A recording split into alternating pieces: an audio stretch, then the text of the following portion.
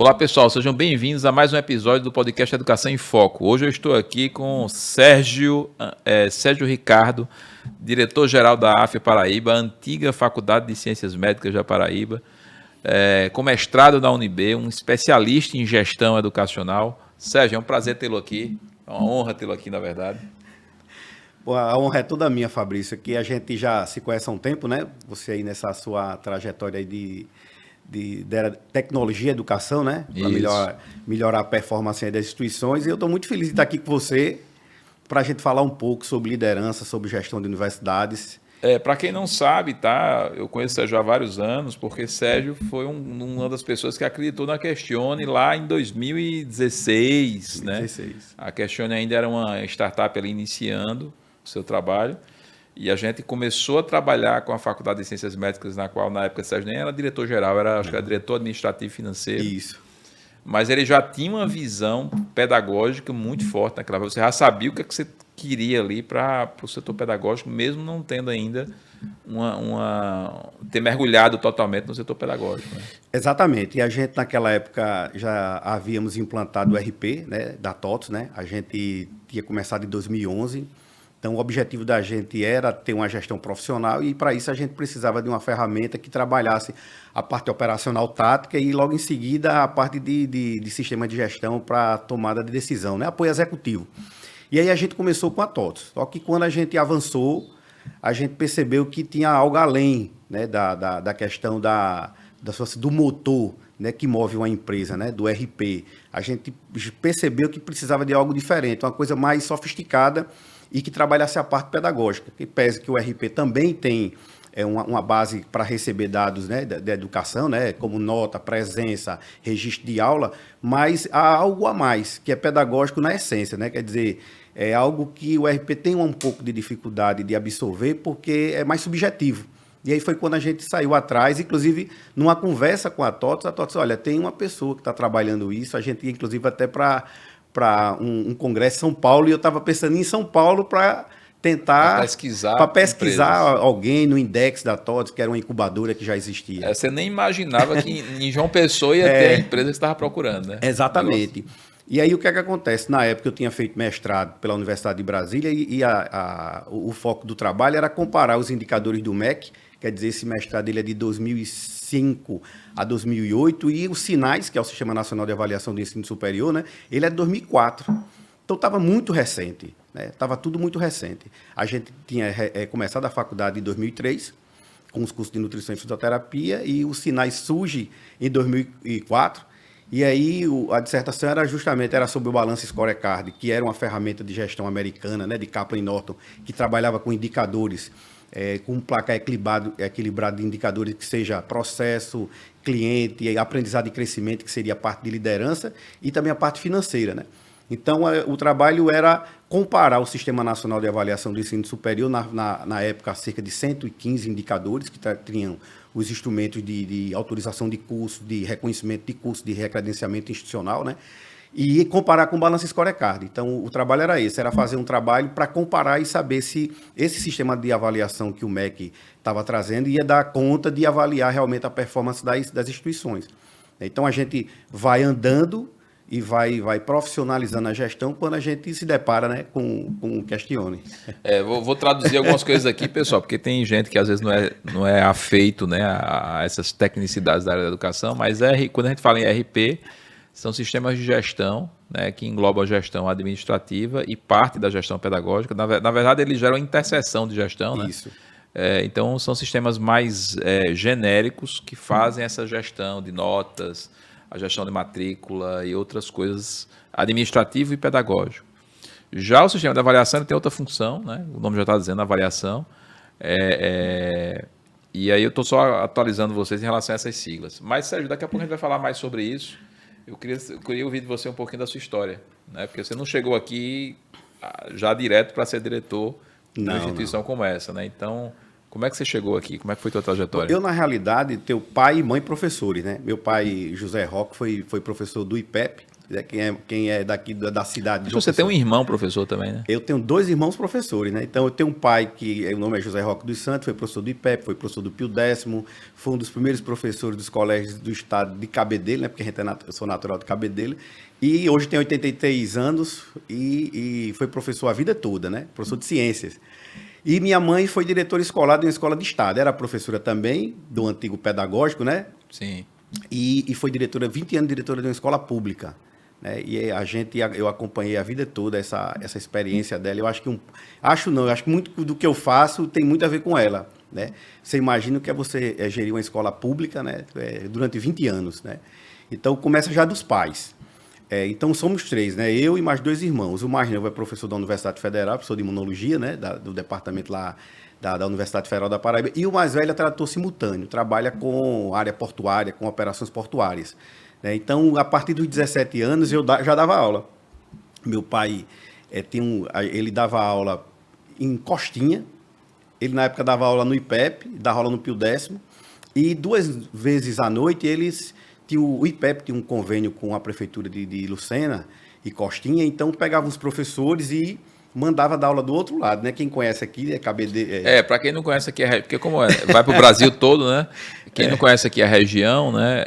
Lucena é uma cidade litorânea muito próxima a João Pessoa, colada praticamente de João Pessoa. O que divide é o porto. É um encontro do rio com o mar, né? E Costinha é uma área, uma praia, acho que é uma praia, um distrito, né? Que ficou famoso até no Brasil inteiro porque era uma área de caça de baleias. Quando não era proibida a caça de baleias, a caça de baleias era feita por japoneses aqui na região da Paraíba, na região de Costinha. Né? Pronto, era exatamente ali. Acho que nessa época da caça de baleias, teu pai devia trabalhar lá, né? Já era professor. Inclusive, ele conta que porque eles desciam no trapiche, que era onde a lancha parava, e o trato da baleia era muito perto. Ele várias vezes jantava lá a baleia e depois seguia... Carne de baleia. E seguia para dar aula. E aí o pessoal precisava de professores de inglês e matemática. Foi aí eu gostava de matemática e ainda muito novo fui dar aula lá, né? Era uma comunidade ribeirinha e meu irmão mais velho dava aula de inglês. Então a gente já começou a dar aula muito cedo. Mas depois que eu me formei, né, eu sou formado em ciências contábeis, tenho especialização em gestão e liderança e também estou fazendo agora o curso de marketing, né? Estou concluindo o curso de marketing. E aí a vida toda deu aula. Então eu dei aula aqui no IESP, em João Pessoa, né? Dei aula para a Fundação Getúlio Vargas, ali no Retão de Manaíra, né? Que tinha uma franquia da Fundação Getúlio Vargas aqui em João Pessoa. E entre outras faculdades eu já dava aula. Foi aí que eu conheci os donos, né, os fundadores da faculdade, né, de Ciências Médicas e recebi o convite. Nessa época que eu recebi o convite, eu também era gerente de um plano de saúde. Ou seja, eu já tinha migrado de professor para de gestão num plano de saúde. Eu era gerente financeiro de um plano de saúde. Foi aí que eu comecei a lidar com médicos, com contas médicas, auditoria de contas médicas. Já tinha feito 2 especializações, já dava aula de pós-graduação de auditoria médica. Você vê que nenhum conhecimento deixa de ser aproveitado, né? Não. Você foi ali passando pela contabilidade, depois foi para a educação.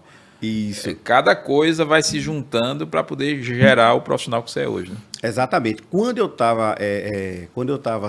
eu exerci a função de gerente de plano de saúde, foi quando eu conheci o projeto da faculdade. Então, eu deixo o plano de saúde para começar os projetos na faculdade. Não tinha nem faculdade, né? Era o projeto para iniciar. Era o projeto, isso era 2002, era o projeto para iniciar. Os fundadores, eles estavam muito confiantes. Já estava aprovado o curso? Não, né? Ainda estava na fase para aprovar o curso. Na fase de aprovação do curso. Então, eu participei desde o início do primeiro curso que a faculdade aprovou, foi nutrição, depois fisioterapia, e em julho de 2003... né? Aí foi aprovado o curso de medicina. E naquela época era outro mundo, né, Sérgio? Eu digo outro mundo em termos de captação de alunos, né? Você tinha pouquíssimas faculdades privadas. Era. Né? Então você abria nutrição, abria enfermagem, era muito aluno. Vocês tiveram enfermagem também, não foi? Também. Nós tivemos o primeiro nutrição, depois fisioterapia, depois foi medicina, depois nós tivemos psicologia, enfermagem e farmácia. Você tinha, naquela época, praticamente só uma federal que oferecia esses cursos. Você tinha uma demanda reprimida muito grande. Então, quando você abria vestibular, você tinha aluno subindo pelas paredes. Nós chegamos a fazer, por alguns semestres seguidos, 2 turmas de fisioterapia. Eu lembro que lá no início da minha carreira de professor, eu dava aula também nesses cursos, né? Inclusive fisioterapia e enfermagem, além de medicina, e eu lembro que era tantas turmas que eu dava aula até no turno da tarde. Quer dizer, eu tinha duas turmas à tarde de enfermagem, acho que tinha outra turma de outro curso. Acho que vocês tinham também, né? Chegou a ter turma à tarde. E à noite também. À noite, normal, porque tem aquele aluno que trabalha durante o dia e à noite. Mas à tarde era um horário que hoje eu acho que é quase inviável. Né? Inviável. Então, a gente viveu esse momento lá no início, né? Dessa expansão do ensino privado. Muito forte. Muito forte. Na época, muitos autores que escreviam sobre educação falavam da internacionalização, né? Da porta que também se abria para a internacionalização. E a gente começou a assistir no Nordeste algumas instituições, né, estrangeiras chegando aos poucos naquela época. Hoje é bem mais forte, né? Mas era um outro momento quando a gente começou. Né? Um outro momento. E aí... E como a captação era muito fácil, porque tinha essa demanda reprimida, então você nem se preocupava tanto com essa área de marketing, não tinha muito que fazer muita propaganda, era abrir o curso e o ticket era um ticket que valia... Razoável, né? Que valia a pena você oferecer um curso de qualidade, um curso, né, presencial de qualidade, com muitos laboratórios. Eu me lembro que a estrutura era fantástica. Né? Então, mas foi aquele momento. Depois, quando a gente chega em 2012, 2013, então começa a também sentir, né, o mercado começa a sentir, já com algumas dificuldades de captação para os cursos que não eram medicina. É isso, e aí a gente começa também a transformar a instituição naquele momento. É porque você tem aí, nesse período aí que você está comentando, né, você tem uma virada impressionante, que talvez seja, vou chutar aqui, mas talvez seja única no mundo. Né? Você tinha, no mercado brasileiro do ensino superior, mais de 80% do mercado era público. Né? Até ali, década de 1990, vou chutar aqui que mais de 80% era público. Era público. E em um período ali, no máximo 15 anos, virou, né? Hoje é o contrário. Hoje 80% do mercado de graduação é privado, só 20% ali, 20 e poucos % é público. E foi uma virada gigante, né? E assim, rápida, né? Mesmo com o aumento das vagas no setor público, o setor privado conseguiu alavancar de uma maneira impressionante, né? Exatamente. E aí, fruto de políticas públicas, né? O ProUni colocou muitos alunos dentro das instituições particulares, né, e fez também com que as instituições particulares aproveitassem toda a estrutura que tinha, e também o FIES, né, porque aí o FIES, a gente lembra que o FIES, houve uma virada do FIES, se não me falha a memória, em janeiro de 2014, né, o FIES sai da Caixa Econômica como fundo gestor e vai para o FNDE, e nesse momento aí realmente há uma abertura muito grande de vagas de FIES, depois há uma retração, né, mais recente, mas tanto o FIES quanto o ProUni ajudou muito, né, as instituições privadas a aumentar o número, né, que era necessário, porque a gente tinha uma taxa de pessoas em idade em estarem nas universidades ou em curso superior muito pequena em relação a outros países. Né? Então, o objetivo público era esse, né? Em parte foi alcançado. E naquela época, né, a grande preocupação, acho que do mercado, era aumentar o acesso. Como você tinha uma demanda reprimida, muita gente queria entrar na universidade, não tinha como, porque não tinha vaga. Correto. Eu lembro que os vestibulares tinham uma concorrência assim, absurda, né? Você entrar numa universidade federal era uma coisa muito complicada. Mas agora, me parece que como deu essa virada de chave, né? O problema agora não é mais acesso, a gente tem vaga, muita vaga.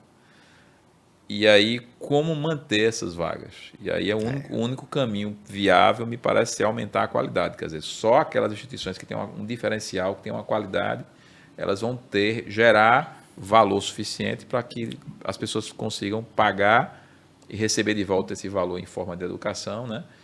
E os cursos se manterem dentro desse processo.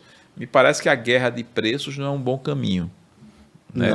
E parece que também essa guerra de preços arrefeceu, né? A gente teve uma fase aí há 10 anos atrás, 8 anos, que era uma briga intensa. Você ligava a televisão, era custo de R$90, custo de R$150. Você falava, o que é isso, né? Realmente, quando as instituições passam a brigar por preço e não por qualidade, né? Não pelos seus valores, o que é que ela vai entregar, qual o perfil do egresso que ela pretende colocar, né, ali à disposição do mercado, e aí é uma briga que não é boa para ninguém. Né? Não é boa para o estudante e não é boa para as instituições. Porque, no final das contas, você acaba mexendo na qualidade. Porque a educação tem uma equação, né? Tem um Y, né? Igual a uma série de variáveis. Mas só que esse Y ele precisa ser a qualidade. Então, quando a gente começa a observar que as instituições elas estão abrindo mão de algum tipo de serviço para dar um preço, então isso não é bom, de uma maneira geral, para a sociedade. Você imagine um professor mal formado. A gente pode fazer uma analogia com comprar um carro, né? Você vai comprar um carro, é 100 mil reais o carro. Aí o cara fala, mas tem esse aqui que é 95. Aí você pergunta, mas esse de 100 mil é igual ao de 95? Não. Esse 95, a roda é um pouco menor, não tem um teto solar, não... Você vai tirando coisas, né? Não tem mágica. Você vai subtraindo. E aí, quando você imagina que a nossa educação ela precisa mudar, né? Porque as pessoas, elas aprendem. Elas aprendem sempre. Nós estamos aprendendo o dia todo. Só que a gente muitos educadores e muitos pesquisadores já tinham visto isso há muito tempo, que essa forma de aprender ia mudar, né? E hoje ela está na palma da mão da gente. Então, quer dizer, a gente tem gasto muito tempo em redes sociais, em mídias, só que eu tenho algumas pessoas que estão usando isso a seu favor. Hoje, toda manhã, quando eu vou no carro, eu já vou escutando algum podcast de temas... Aula de inglês, uma aula de alguma língua e tal. Alguma coisa interessante. Então, está na palma da mão o seu aprendizado, né? Só que isso a gente consegue fazer autonomamente, né? Pegando o telefone da gente, acessando uma Smart TV, procurando um filme, conversando com um colega, um cara que lê um bom livro. E aí, poxa, você tira um café para tomar com aquele cara, você lê o livro com ele, porque ele consegue te passar alguma coisa. E como é que a gente leva esse processo ativo para dentro da instituição? Então, na hora que você começa a subtrair preço, e aí você começa a não pensar mais como é que você vai inovar, então, aquela novidade que você poderia estar levando para a sua instituição, você usar a sala de aula, que é um ambiente importante, mas você usar mais laboratório, mais biblioteca, mais centros de simulação, mais aulas externas, você aprender de uma maneira significativa, porque tudo isso tem uma remuneração, né? Quando você fala de processo de ensino, você está falando de um caminho, né, que consome recurso humano, que consome sistema, que consome conhecimento, que consome tempo. Então, você realmente precisa estar olhando o tempo todo. Bom, tudo bem, eu vou oferecer esse produto, mas, de fato, isso aqui vai ajudar a Fabrício, vai ajudar a Sérgio, vai ajudar as pessoas a aprender mais rápido e melhor? E eu acho que isso aí que você está falando também tem... esse processo ele também é responsável por um amadurecimento do mercado, né? Porque lá atrás, como a preocupação era ter acesso, não era qualidade... Então, o mercado, ele, entre aspas, se viciou nisso, né? Eu preciso fazer o curso porque eu tenho que ter o certificado. Então, era quase que a ideia é comprar um certificado, né? Você cursa e recebe o certificado que o mercado exige para você exercer aquela profissão. Hoje, o certificado está fácil de adquirir. Verdade. Você tem curso de todo tipo. Então, tem curso à distância, tem curso presencial, mas com custo baixo. Enfim, tem mercado para tudo, né? Então, adquirir o certificado não é mais um problema. Você tem até certificados demais, diplomas demais no mercado, né? E aí os estudantes, o mercado, da maneira geral do ensino superior, olha para isso e pensa, peraí, então ter o certificado não é mais um valor, não é mais um diferencial. Então, eu preciso não só de um certificado, eu preciso de um certificado que realmente garanta que eu adquiri aquelas habilidades necessárias que o mercado está exigindo naquele momento, que o mercado está exigindo naquele momento. E aí, a partir disso, eu creio que os estudantes estão começando a escolher melhor onde vai estudar, né? Claro que sempre vai existir mercado para produto ruim, como em tudo na vida, né? O cara vai comprar uma panela, aí para economizar ele compra uma panela porcaria que no outro dia ela não serve mais. Tem sempre essa pessoa, esse cara. Correto. Na educação tem a mesma coisa. Mas eu creio que está começando a ter um amadurecimento nesse sentido. Eu não sei se é impressão minha, se é a tua visão também. Não, com certeza. A gente vive uma revolução diária, né? Todo dia tem coisas novas, você termina o curso, parte do que você viu no curso já precisa ser atualizado. Então, a gente vive há muito tempo nessa aceleração, né? E aí, a grande questão é, qual produto eu vou entregar? Então, a gente que trabalha já há algum tempo na área da educação e mais notadamente em faculdade de medicina, aí só para você ter uma ideia, a gente faz 40 mil entregas por ano a um aluno.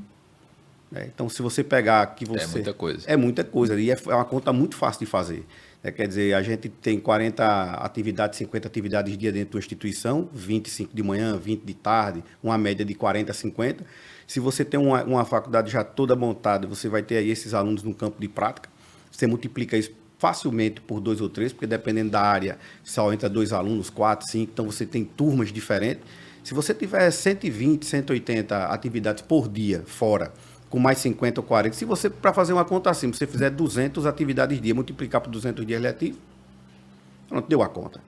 Isso a gente não está falando de pesquisa, de extensão, a gente não está falando de internacionalização, a gente não está falando de processos de escritório de projetos para treinar equipes, outras entregas que são importantes, mas que não são afins, né? A gente está falando de aula teórica, aula prática, aula em centro de simulação, devolutiva sistêmica, devolutiva com o professor na sala de aula conversando com o aluno. A gente está falando de coisas básicas. Hoje a AFIA Paraíba é uma instituição que pode ser considerada premium, né? Exatamente. O que vocês entregam hoje não é uma coisa não é de uma instituição mediana, é de uma instituição de alto padrão, né? Exatamente. Então, para você fazer essas entregas com qualidade, né, com um projeto pedagógico potente, moderno, inovador, né, olhando o presente, mas lá com outro olho no futuro, e garantir que aquela pessoa, né, que está ali estudando, que ela vai receber o melhor, então, isso é um compromisso. Né? É como você estava falando, então quer dizer, o acesso existe, a gente já está assistindo que essa universalização do ensino médio vai existir, né? Está bem perto, já se você comparar já a quantidade de vagas e quantidade de alunos, você vai ver que está muito próximo. A gente pega Sudeste, Sul e Centro-Oeste, ele já tem uma taxa, né? A demografia médica mostra uma quantidade grande já de médico por habitante, mas que você vai para o Norte e Nordeste, o Nordeste eu acho que 1,2, o Norte 1 ponto alguma coisa, não passa de 2. Então a gente ainda vai ter um caminho a percorrer no Nordeste e no Norte, enquanto questão de vagas por habitantes, né, do que seria ideal, né, para a saúde da população. Então você tem um mercado ainda quente e que é pujante. Agora, você precisa oferecer um curso, né, ou seja, mesmo mesmo não, mas com a universalização do acesso, né? Ou seja, meu pai dizia, para eu estudar o ginásio, eu fiz a prova de admissão. Né? Então, depois universalizou. Né? A gente enfrentou um momento que a gente via, né, uma demanda reprimida. Quer dizer, vai chegar um momento que você vai ter essa oferta livre, universalizada para todos, né? Você vai ter a oferta para todo mundo. A não ser naquelas instituições que oferecem um produto tão diferenciado que atrai mais gente do que as outras. Né? Então, você precisa ter um produto muito bom para se diferenciar e ser vista realmente de maneira diferente. E isso não se cria da noite para o dia, né, Sérgio? Vocês vêm, pelo que eu vejo, né? Vocês já vêm se preparando para esse momento há anos, né? Porque eu converso contigo já há alguns anos e você o tempo todo falando, olha, um dia a gente vai chegar nessa situação que a gente tem que estar com um produto tão topado que a gente vai ficar tranquilo. Né? Você sempre falou isso. Né? Exatamente. E aí a gente sempre tem que perceber o seguinte, né? O processo de liderança, né? A gente que lidera instituições de ensino, ele é um processo que ele é muito importante e ele carrega consigo várias pessoas, né? Vários processos, várias pessoas. Tudo que aconteceu na humanidade é através de um processo de liderança, uma guerra e a paz, né? Então, algo bom, algo que não é bom. Então, a gente tem que, primeiro, preparar as pessoas que estão conosco. Então, eu digo que uma universidade, uma instituição de ensino, ela é uma escola para todo mundo. Todos são aprendentes. O professor, o colaborador ali que está oferecendo o serviço... Eu até acho que o professor é o que aprende mais. Né? Então, a gente tem o professor como aprendente, a gente tem os colaboradores que estão fazendo serviço de atendimento e etc. São aprendentes, e os alunos. Então, a instituição de ensino ela tem que ser uma instituição de ensino para todos. Né? E isso de maneira consciente. Então, na hora que a gente prepara, por exemplo, a gente tem um escritório de projeto com a metodologia PMO. Então, a gente já chegou a ter até o ano passado 13 projetos. Né? Inclusive, esse ano a gente fundiu alguns projetos, como os KPIs de ensino, por exemplo, que a gente observa diariamente, quer dizer, uma temática ou uma prática que a gente traz, aprende com outros setores, né? Outras indústrias, né? Como a própria indústria, como outras áreas de tecnologia que trabalham muito forte com projeto, né? Com monitoramento de dados, né? Então, a gente monitora todas as nossas atividades, quer dizer, como foram o início das atividades, as atividades finalizadas de maneira correta, os objetivos foram atendidos, né? Então, a gente tem as deles, né? Ou seja, todo dia tem reunião avaliando como foi o dia anterior. Como é que foi as nossas ofertas? Você criou um grande PDCA, né? Isso, exatamente. Da educação dentro da instituição, onde você está o tempo todo planejando, agindo, corrigindo as ações. O tempo inteiro, o tempo inteiro. Então, hoje a gente tem uma equipe, a gente tem um programa de desenvolvimento de líderes próprio, vamos dizer assim, e esse programa de desenvolvimento de líderes, ele junta o que a companhia tem de melhor, né? Então, por exemplo, projeto de clima organizacional. Então, hoje a gente tem uma instituição que quinzenalmente você é avaliado o seu clima, quer dizer, se o colaborador está feliz, o ambiente que ele trabalha é um ambiente que gera bem-estar, você recebe esse colaborador que vem da casa dele bem, você devolve ele melhor ainda. Né? Então, a gente tem 10 projetos de clima organizacional. A gente tem projeto Comer Bem, que a gente trata do colaborador da gente, mas a gente trata da família dele inteira. Porque, às vezes, ele chega em casa, não come bem, porque, às vezes, ele não consegue convencer a família de mudar os hábitos. A gente dá palestra, a gente leva a família dele inteira para fazer a consulta nutricional e acompanha. Então, a gente tem coral, a gente tem Artes com as Mãos, que é um projeto de manuseio. A Natal, a gente mesmo faz as nossas decorações, as pessoas que gostam. E outra coisa, isso é no horário do expediente do trabalho. Eu tenho um programa... Isso aí gera também, né, uma sensação de pertencimento. Pronto, né? Exatamente. Tanto do aluno quanto do profissional que trabalha lá com você. Exatamente. A gente tem um programa para os nossos colaboradores, né, para professores e colaboradores, que é o programa da Arena Intermares. Então, a gente, no horário do expediente, eles se organizam, conversam com seus líderes, e no horário do expediente eles vão jogar beach tennis, eles vão jogar vôlei. Então, o coral é no horário do expediente, a consulta é no horário. Então, a gente organiza a vida dele para que ele viva. Porque eu não consigo entregar um bom produto para o meu aluno se meu colaborador estiver infeliz. Sim. Da mesma forma, o ano passado a gente tem uma experiência muito enriquecedora com a parceria com o Sebrae, de a formação de líderes de turma. Né? Então, a gente trouxe um conjunto de líderes de turma e a gente fez uma metodologia bootcamp com o Sebrae, que é uma metodologia ativa de resolver problemas, de como liderar processos, de como resolver conflitos. E aí a gente fez a gente fez essa dinâmica com esses alunos durante o semestre, que culminou num congresso, foi o congresso científico da gente, mas a gente está o tempo inteiro, né, fomentando que esse aluno ele viva a instituição. Então, a gente hoje tem um projeto pedagógico muito potente que a gente atualiza, né, a companhia atualiza sempre para que realmente o aluno tenha o melhor. Por outro lado, as pessoas que cuidam desses alunos também são cuidadas pela instituição. Né? Sim. E aí a gente tem um clima que o foco, se você observar hoje, o quadrante de objetivos estratégicos de futuro de qualquer grande empresa que quer mudar, que quer transformar de alguma forma para melhor o mundo, você vai ter lá gestão de dados, e sem gestão de dados você não vai fazer muita coisa. Você vai ter saúde mental, porque sem saúde mental você não vai longe.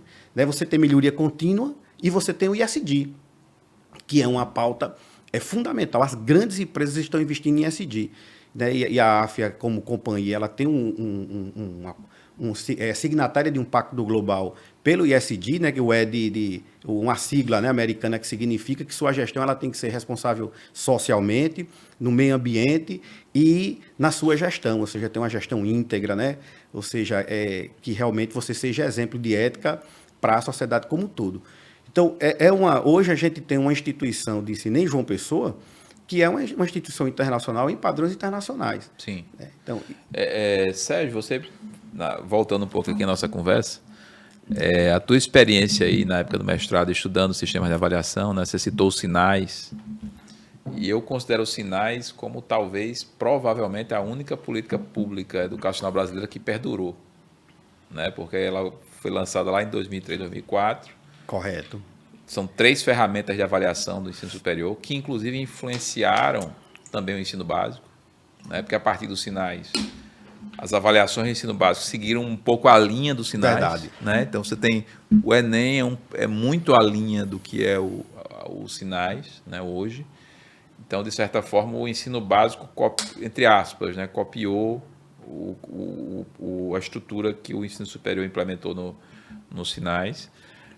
Obviamente, eu tenho minhas críticas a técnicas, a alguns aspectos dos sinais. Claro, não é perfeito, mas foi extremamente importante, deu uma virada, né, de chave no ensino superior brasileiro. E é uma política que perdura por muitos anos, então você tem muitos dados que você pode analisar ao longo do tempo e ver como é que foi a evolução da educação durante todos esses anos. Né?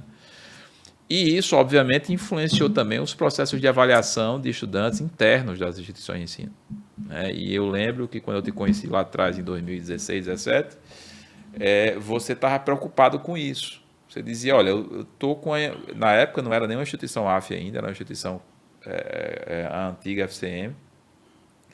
E você dizia, olha, eu estou organizando toda a parte de dados aqui, RM TOTUS, uma série de sistemas aqui para coletar dados administrativos. Eu coleto algumas coisas do pedagógico, mas não estou... Está faltando coisa aqui. Né? E aí foi quando a gente chegou com a Questione, e aí você gostou do projeto e quis realmente implementar, mesmo a gente sendo uma empresa relativamente nova. E você já tinha na tua mente, naquela época, a ideia de que você precisava coletar uma série de dados, meio que baseando-se na estrutura dos sinais, meio que fazer uns sinais internamente, né? Era uma coisa nesse sentido. Né? Exatamente. O principal propósito dos sinais é criar uma cultura de excelência nas instituições, né? Tanto é que, junto com os sinais, vem a comissão própria de avaliação, Sim. que é formar uma comissão interna, inclusive com membros externos, com alunos, com professores, com a comunidade acadêmica, para fomentar essa cultura da excelência através de um processo de avaliação estruturado. Né? Porque essa é a grande questão, né? Quer dizer, eu faço um projeto pedagógico, mas quais são os indicadores de avaliação? Então, às vezes, você pega o projeto pedagógico, você folheia ele do início ao fim, você busca os indicadores que vão avaliar o projeto, você às vezes não acha. Né? Então, quer dizer, os sinais, ele trouxe essa vantagem de dar um norte, né? De dar um norte para você fazer isso. Então, a preocupação era exatamente essa. Se você imaginar hoje que a gente tem no sistema de recredenciamento institucional, né? Ou autorização institucional, 5 eixos, né? Que envolve várias dimensões de conhecimento do que seria uma instituição de ensino, você vai observar que se você percorrer os 5 eixos e os 10 indicadores, você vai ver que você vai encontrar um caminho. Né? Então, como a gente estava falando, né? Um dos principais indicadores dos sinais é o quê? Missão, visão, valores. Por quê? Porque a liderança é para o bem e para o mal. Né? O que vai definir quais os valores que você vai escolher para conduzir sua companhia. Né? Então, esse sistema de avaliação, do Sistema Nacional de Avaliação do Ensino Superior, através dessa política de fomentar a cultura das instituições, a cultura de excelência, ela é fundamental. E lá naquela época, a gente, quando começou a olhar aquela ferramenta, né, olhar os indicadores, né, que tem uma estrutura somativa, né, quer dizer, se você conseguir isto, você ganha tal nota, mas se você conseguir isso e mais um pouquinho, é 2. Então, quando a gente lê a estrutura, né, do indicador, ele é uma estrutura somativa até você tirar 5. Sim.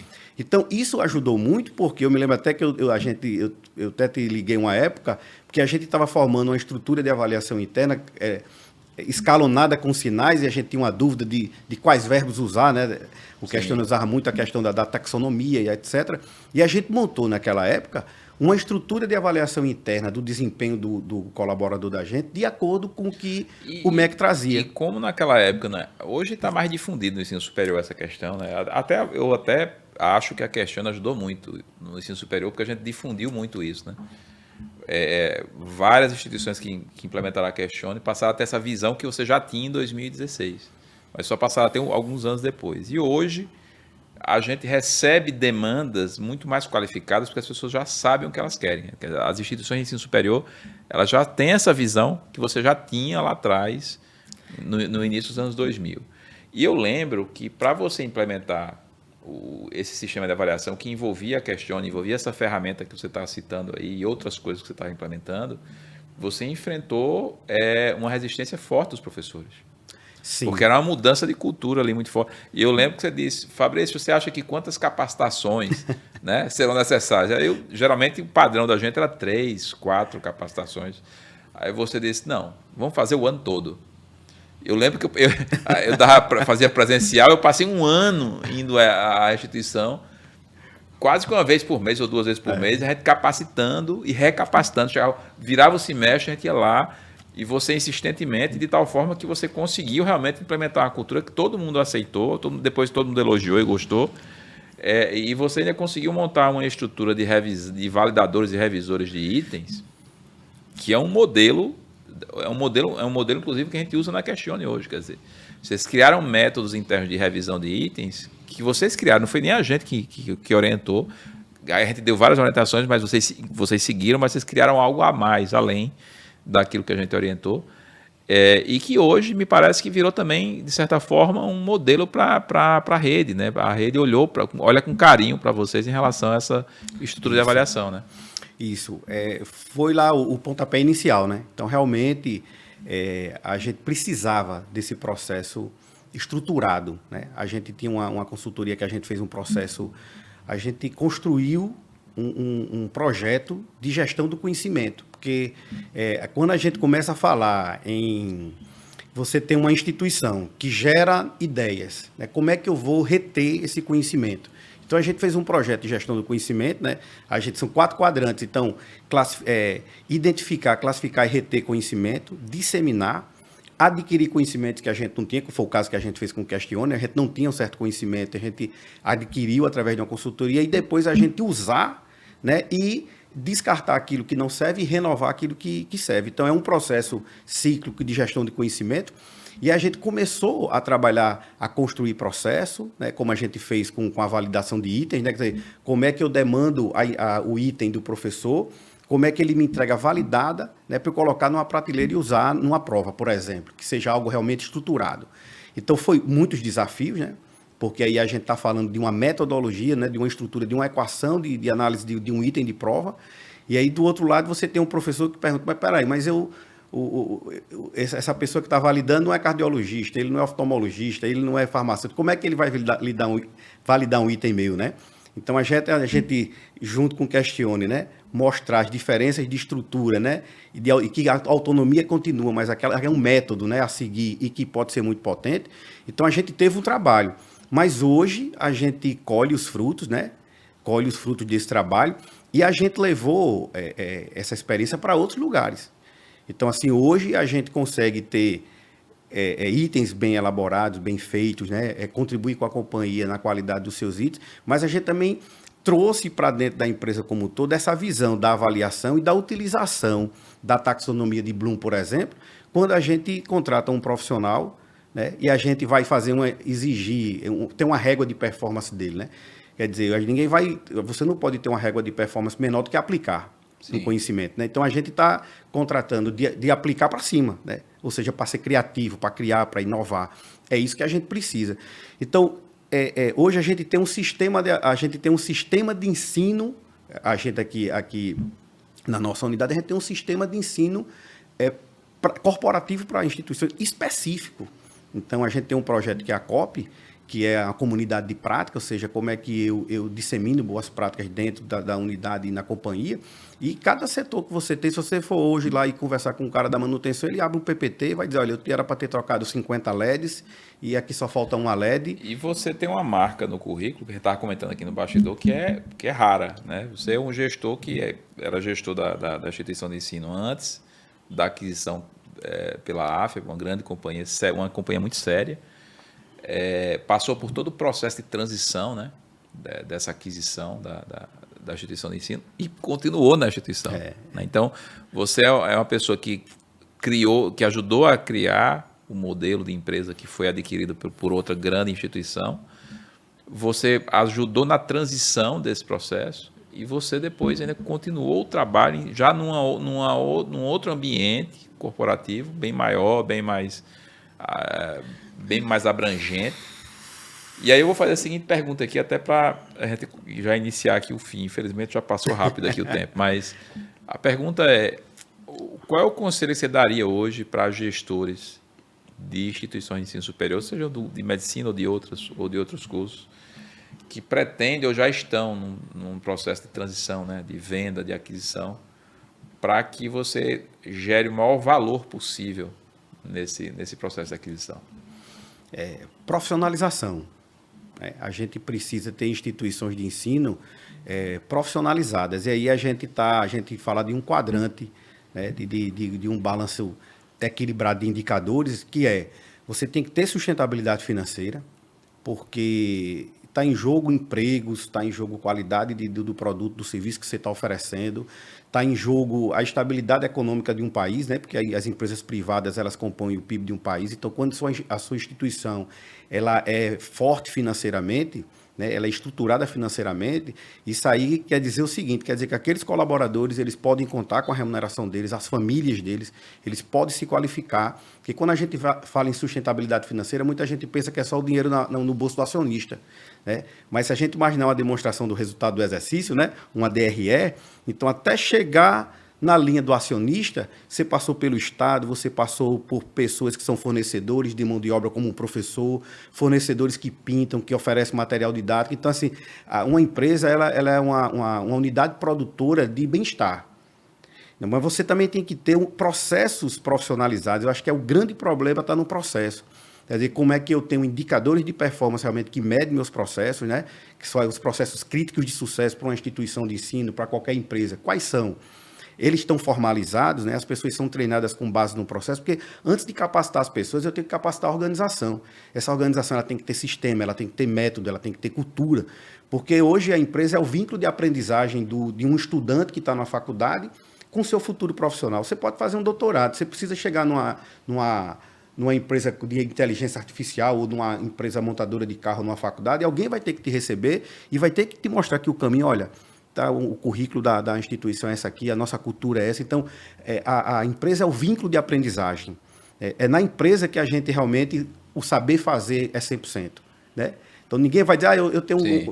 ele vai ter que saber fazer. Sim. Então, esse processo, ele precisa ser um processo estruturado, documentado, e as pessoas precisam ser treinadas de acordo com o processo. Então, dá um treinamento aleatório e o cara voltar para a empresa e fazer a mesma coisa que ele fazia, do jeito que ele fazia. Outra questão é a questão da aprendizagem e crescimento, são as pessoas. Eu preciso cuidar das pessoas, preciso treinar essas pessoas, mas essas pessoas precisam ter bem-estar, né? E o cliente. Eu deixei o cliente pelo final, então, por exemplo, na nossa companhia, a gente mede o NPS, o Net Promoter Score, ou seja, o meu cliente, ele indica a minha instituição, né? Quer dizer, a gente pega um Uber no final, o cara manda um estrelinho e você disse é bom ou não. Ou no iFood você disse é bom ou não. Então, da mesma forma, em qualquer tipo de empresa. Então, se você pensar na sustentabilidade financeira, processos bem instruídos, né, cuidar das pessoas e cuidar do seu cliente, fica mais fácil. Né? E a gente tem que ter esse olhar. Então, as pessoas que têm o desejo, né, porque a empresa tem um ciclo de vida, né? Ela é um produto, tem um ciclo de vida. Então, geralmente, ela nasce, ela se desenvolve, ou ela vai receber uma reestruturação para ganhar vida novamente. Vai transmutar para ganhar vida. Ou ela vai ser vendida, né? Alguém vai comprar. Então, e muitas vezes essas empresas que são vendidas, elas nasceram no seio de uma família, de 2 famílias, de 3 famílias. Então, é muito sério. Então, o conselho que eu dou é profissionalização. E a profissionalização você não faz do dia para a noite. Sim. Né? Mudar a cultura, você não muda a cultura do dia para a noite. Né? A palavra pertencimento que você usou, então hoje a gente usa como metodologia de gestão de pessoas, a gente usa o cone invertido. Então são 6 vetores. Né? Então se a gente usa processo de comunicação, aprendizagem... Um bom exemplo, né, de como as coisas elas não acontecem da noite para o dia é o próprio sistema de avaliação. Né? Quer dizer, hoje quando a gente vai implementar um sistema de avaliação em qualquer instituição, a gente fala, gente, isso aqui não é uma corrida de 100 metros. Isso aqui é uma maratona. Então, em menos de 2 anos, vocês não vão estar com um sistema de avaliação perfeito. Eu deixo muito claro isso. Né? E, inclusive, com vocês foi assim também. Né? Demorou 1 ano e meio, 2 anos, para você olhar assim, putz, agora a gente tem um negócio que está correndo no automático. Né? O processo está redondo. Né? Aí, quer dizer, a gente está falando só de um item, né, Sérgio? Que a avaliação é só um item dos processos de vocês. Mas é um item... mas que na realidade é como aquele livro que a gente lê que diz assim, ao final desse capítulo você deverá ser capaz de fazer isso, né? Então assim, se você não for ser capaz, mas como é que eu sei que ele vai ser capaz?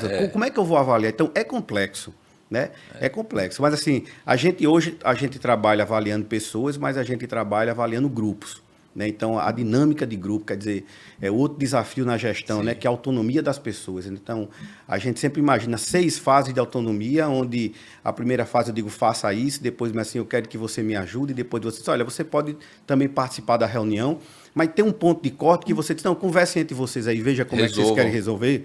E até o nível que você delega totalmente. Né? Então, equipes diferentes vão ter níveis de maturidade diferentes e vão aceitar mais ou menos um certo nível de autonomia. Então, mas é muito importante a gente criar confiança, porque a educação, no final das contas, é coragem e confiança. Sim. Né? Você forma um cara médico para ele ser cirurgião, ele tem confiança, diz assim, é comigo aqui que eu vou resolver isso aqui. Então, então é confiança, a gente tem que gerar confiança.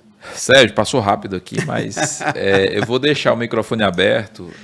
Se você quiser divulgar algum projeto, alguma coisa que está acontecendo na AFIA Paraíba, ou algum projeto pessoal seu, fica à vontade aí para falar para o pessoal. Primeiro, obrigado pelo convite, né? A gente está realizando segunda-feira o dia do NAPED no Brasil inteiro da AFIA. Isso aí foi uma coisa que nasceu meio que com vocês também, né? A gente já fazia algum movimento, né? Mas a AFIA criou esse dia nacional, legal. Esse movimento. Não tem aula, não tem... O NAPED é o Núcleo de Apoio Pedagógico e Experiência Docente, né? Exatamente. É um dia lá para os nossos professores. Vai ter aula as práticas do internato serão mantidas nos campos de prática, algumas aulas, mas do P1 ao P8 não haverá aula, né? A gente vai estar focado no NAPED, são várias palestras, inclusive eu sou palestrante de liderança e transformação. Legal. Como a gente fazer liderança transformadora e como a gente fazer uma liderança servidora, né? Porque... E o NAPED, na instituição de vocês, se tornou um núcleo de liderança, né? Um núcleo de liderança. Essa é a questão da autonomia que eu estava falando. Na realidade, a gente sai de uma empresa que a gente dita vermelha, aquela que tem uma hierarquia muito forte, né, e ninguém pode dar muitas ideias, para a empresa verde, que é aquela empresa que a Sérgio é o diretor-geral da faculdade, mas Eveline do NAPED, ela tem autonomia para trabalhar e dar ideia, juntar a equipe dela e dizer, olha, vamos fazer assim, e ela vai errar e está tudo bem, e a gente vai estar junto. Então, hoje a gente tem mais ou menos 22 líderes na nossa instituição, na nossa unidade, mas todos eles têm autonomia nível 6. Né? Todos eles têm autonomia. Então, assim, eles vão fazer e a gente vai estar junto, e a gente vai querer, onde é que eu posso ajudar? Então, você quer transformar, mas servindo, né? Então, essa é a ideia. E a gente sabe que a autonomia, ela é o principal motor da motivação. Porque quando eu tenho autonomia, eu digo, puxa, eu posso fazer. Puxa vida, Fabrício disse, pô, vai lá, faz. Então, você começa a ir buscar dentro de você uma coisa que você não sabia nem que existia. Mas a autonomia daí, só que para dar autonomia, tem que ter processo, você não pode dar do dia para a noite, porque você também tem que proteger aquele aluno. O aluno quer fazer uma cirurgia, ok, são aí 10 anos, tem um processo para ele. Sim, chega lá. Ele chega lá. O líder quer ter autonomia para ter um orçamento ok, ele está preparado para fazer isso, mas isso tem que ser intencional para que ele entenda que ele está nesse caminho, né?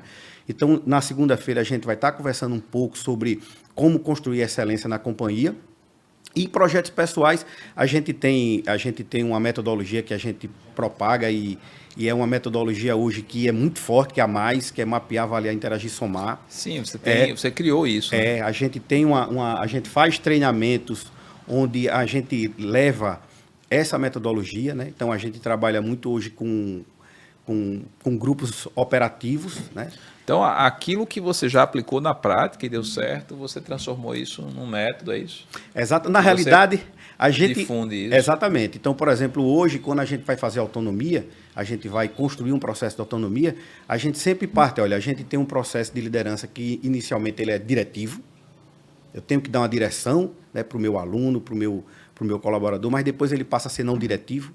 Ou seja, eu começo, ele já pensou sobre isso, já pensou sobre aquilo, e depois ele vira operativo. Ou seja, um grupo operativo é aquele grupo que se reúne, às vezes não é nem um time, ou seja, ele não joga junto por muito tempo, mas ele se reuniu para resolver um problema e ele tem recursos pedagógicos, recursos metodológicos para chegar e dizer assim, vamos aqui usar o Kanban, vamos usar aqui o método PMO, vamos usar isso. Então, a gente está preparando as pessoas que fazem treinamento conosco ou as pessoas que estão na instituição para que elas sejam empregáveis, né? Elas sejam um ativo. Eu preciso que o colaborador que trabalha comigo, o líder que trabalha comigo, as pessoas que fazem treinamento conosco, que eles sejam um ativo vivo, né? Que ele diga assim, não, hoje eu quero ter aquela autonomia, sabe aquela história de a geração hoje não quer muito trabalho, ele quer mudar muitas vezes, mas para que isso aconteça de uma maneira segura e no futuro você tenha bem-estar, você tenha realização, você fortaleza a sua identidade, né? Quer dizer, não é aquela identidade que eu era uma pessoa ontem e vou permanecer ser essa pessoa, mas é o que Stuart Hall fala, né? Quer dizer, eu tenho uma identidade hoje que ela é pós-moderna, quer dizer, eu posso ser formado em farmácia, mas eu posso ter uma empresa que faz isso aqui e está tudo certo. E é o que está acontecendo. É o que está acontecendo. Na educação mesmo, você tem hoje grandes educadores, especialistas educacionais que não são pedagogos. Exatamente. São matemáticos, é formado em contabilidade, é formado em farmácia, em marketing, quer dizer, e cada dia mais isso vai acontecer, porque aquilo que você disse, o conhecimento hoje está na palma da mão. Exatamente. Então, fica aqui meu agradecimento e estou à disposição de você sempre. Pessoal, até o próximo programa podcast Educação em Foco.